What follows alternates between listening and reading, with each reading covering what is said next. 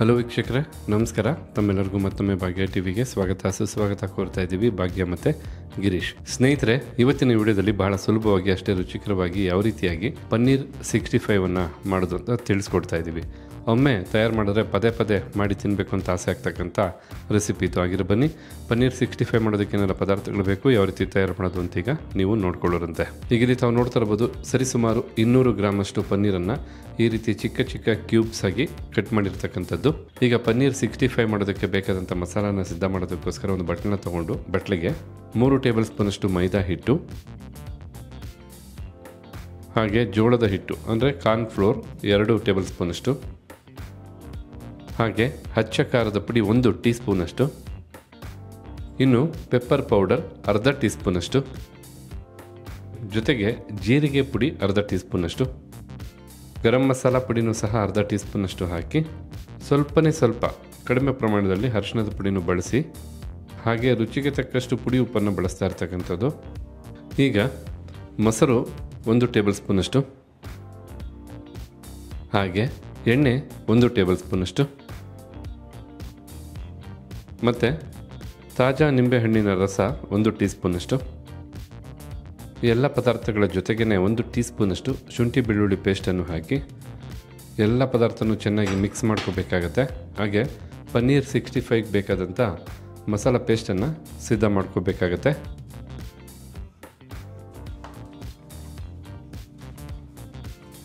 ಎಣ್ಣೆ ಮತ್ತು ಮೊಸರನ್ನು ಹಾಕಿ ಕಲಸಿರೋದ್ರಿಂದ ಈ ಹದದಲ್ಲಿ ಸಿದ್ಧವಾಗಿದೆ. ಈಗ ಸ್ವಲ್ಪ ನೀರನ್ನು ಹಾಕಿ ನೋಡಿಕೊಂಡು ಸ್ವಲ್ಪ ಪ್ರಮಾಣದಲ್ಲಿ ನೀರನ್ನು ಹಾಕಬೇಕಾಗತ್ತೆ.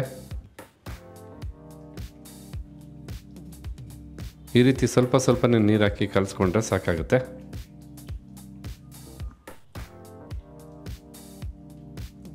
ಈ ಮಸಾಲ ಪೇಸ್ಟನ್ನು ಕಲಿಸೋದಕ್ಕೆ ಸರಿಸುಮಾರು 50 ml ನಷ್ಟು ನೀರನ್ನು ಬಳಸಿರ್ತಕ್ಕಂಥದ್ದು.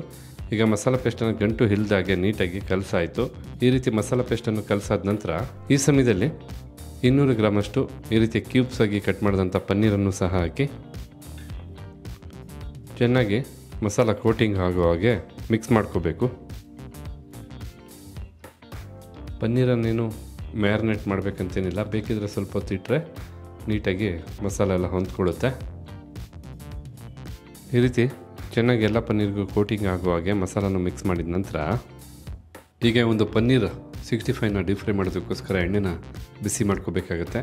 ಅದಕ್ಕೋಸ್ಕರ ಈಗ ಒಂದು ಬಾಂಡಿಗೆ ಎಷ್ಟು ಬೇಕೋ ಅಂದರೆ ಡೀಪ್ ಫ್ರೈ ಮಾಡೋದಕ್ಕೆ ಎಷ್ಟು ಬೇಕೋ ಅಷ್ಟು ಎಣ್ಣೆನ ಹಾಕಬೇಕಾಗತ್ತೆ. ನಾವಿಲ್ಲಿ ನಮ್ಮ ಅಡುಗೆಗಳಲ್ಲಿ ಸನ್ಪ್ಯೂರ್ ಅವರ ಫಿಸಿಕಲಿ ರಿಫೈನ್ಡ್ ಸನ್ಫ್ಲವರ್ ಆಯಿಲನ್ನು ಬಳಸ್ತಾ ಇರ್ತಕ್ಕಂಥದ್ದು. ಏಕೆಂದರೆ ಈ ಎಣ್ಣೆಯಲ್ಲಿ ರಿಚ್ ಆಗಿರ್ತಕ್ಕಂಥ ವೈಟಮಿನ್ಸ್ ಎ, ಡಿ, ಇ ಹೇರಳವಾಗಿದೆ. ಹಾಗೆ ಈ ಎಣ್ಣೆಯಲ್ಲಿ ಯಾವುದೇ ರೀತಿಯಾದಂಥ ಕೆಮಿಕಲ್ಸ್ ಇಲ್ಲ, ಹೆಚ್ಚು ಕೊಲೆಸ್ಟ್ರಾಲ್ ಅಂಶ ಸಹ ಇರೋದಿಲ್ಲ. 100% ಪ್ಯೂರಿಟಿ ಆದಂಥ ಎಣ್ಣೆ. ಎಲ್ಲದಕ್ಕಿಂತ ಹೆಚ್ಚಾಗಿ ಭಾರತದ ಮಾತ್ರ ಪೇಟೆಂಟೆಡ್ ಟೆಕ್ನಾಲಜಿನ ಒಳಗೊಂಡು ತಯಾರು ಮಾಡ್ತಕ್ಕಂಥ ಎಣ್ಣೆ ಆಗಿರೋದ್ರಿಂದ ನಮ್ಮ ಅಡುಗೆಗಳಲ್ಲಿ ಸನ್ಪ್ಯೂರ್ ಅವರ ಫಿಸಿಕಲಿ ರಿಫೈನ್ಡ್ ಸನ್ಫ್ಲವರ್ ಆಯಿಲನ್ನು ಬಳಸ್ತಾ ಇರ್ತಕ್ಕಂಥದ್ದು. ಈಗಿಲ್ಲಿ ಎಣ್ಣೆ ಬಿಸಿಯಾಗಿದೆ.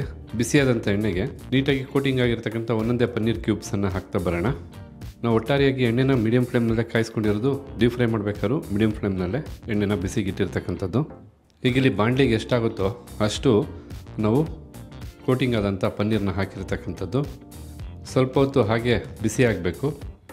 ಸ್ವಲ್ಪ ಹೊತ್ತು ಚೆನ್ನಾಗಿ ಬಿಸಿಯಾದ ನಂತರ ನೀಟಾಗಿ ತಳನ ಬಿಡಿಸ್ಕೋಬೇಕಾಗತ್ತೆ.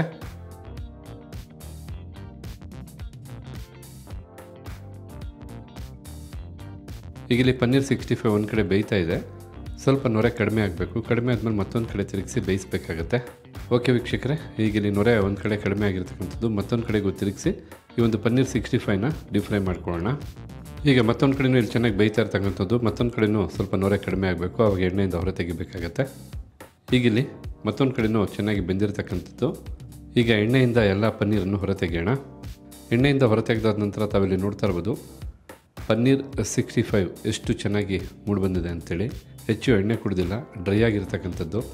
ಇಲ್ಲಿ ಕಲರ್ ಸ್ವಲ್ಪ ಕಡಿಮೆ ಇರ್ಬೋದು. ನಾವು ಯಾವುದೇ ರೀತಿಯಾದಂಥ ಆರ್ಟಿಫಿಷಿಯಲ್ ಕಲರ್ನ ಬಳಸಿಲ್ಲ. ತಮಗೇನಾದ್ರು ಕಲರ್ ಹೆಚ್ಚು ಬೇಕಂದರೆ ಬ್ಯಾಡಗಿ ಮೆಣಸಿನ್ಕಾಯಿನ ಪುಡಿನ ಹಾಕ್ಕೋಬೋದು, ಅಥವಾ ಫುಡ್ ಕಲರ್ ಬರುತ್ತಲ್ಲ ಆ ಕಲರ್ನ ಯೂಸ್ ಮಾಡಿದ್ರೆ ಖಂಡಿತ ಈ ಪನ್ನೀರ್ 65 ಸಹ ಒಳ್ಳೆ ಕೆಂಪು ಬಣ್ಣ ಬರುತ್ತೆ ಅಂಥೇಳಿ. ಬಹಳ ಸ್ವಾಭಾವಿಕವಾಗಿ ಎಲ್ಲ ನ್ಯಾಚುರಲ್ ಇಂಗ್ರೀಡಿಯೆಂಟ್ಸನ್ನೇ ಉಪಯೋಗಿಸಿ ಬಹಳ ಸುಲಭವಾಗಿ ಬಹಳ ರುಚಿಕರವಾಗಿ ತಯಾರು ಮಾಡಿರ್ತಕ್ಕಂಥ ಪನ್ನೀರ್ 65 ಇದು. ಹಾಗಿದ್ರೆ ನೋಡ್ಕೊಂಡಲ್ಲ ವೀಕ್ಷಕರೇ ಯಾವ ರೀತಿಯಾಗಿ ಪನ್ನೀರ್ 65 ತಯಾರು ಮಾಡೋದು ಅಂತ. ಖಂಡಿತ ನೋಡ್ತಾ ಇರೋ ತಿನ್ನಬೇಕು ಅಂತ ಆಸೆ ಆಗುತ್ತಲ್ವಾ. ನೀವು ನಿಮ್ಮ ಮನೆಗಳಲ್ಲಿ ಒಮ್ಮೆ ಈ ರೀತಿಯಾದಂಥ ಪನ್ನೀರ್ 65 ರೆಸಿಪಿನ ಮಾಡಿ ನೋಡಿ. ಮಕ್ಕಳಂತೂ ತುಂಬ ಇಷ್ಟಪಡ್ತಾರೆ, ದೊಡ್ಡವ್ರಿಗೂ ಬಹಳ ಇಷ್ಟ ಆಗುತ್ತೆ.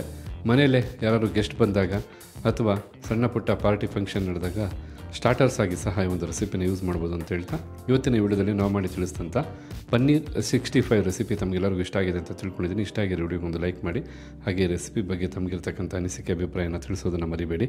ಎಲ್ಲದಕ್ಕಿಂತ ಹೆಚ್ಚಾಗಿ ಈ ವಿಡಿಯೋನ ಮತ್ತೊಬ್ಬರಿಗೂ ಹೆಲ್ಪ್ ಆಗೋ ಹಾಗೆ ಶೇರ್ ಮಾಡಿ ಅಂತ ಹೇಳ್ತಾ ತಮಗೆಲ್ಲರಿಗೂ ಧನ್ಯವಾದನ ತಿಳಿಸ್ತಾ ಇದ್ದೀವಿ. ಮತ್ತೊಂದು ಹೊಸ ವಿಡಿಯೋದಲ್ಲಿ ಹೊಸ ರೆಸಿಪಿ ಜೊತೆ ತಮ್ಮನ್ನ ಭೇಟಿ ಮಾಡ್ತೀವಿ. ಅಲ್ಲಿವರೆಗೂ ನಮಸ್ಕಾರ ವೀಕ್ಷಕರೇ.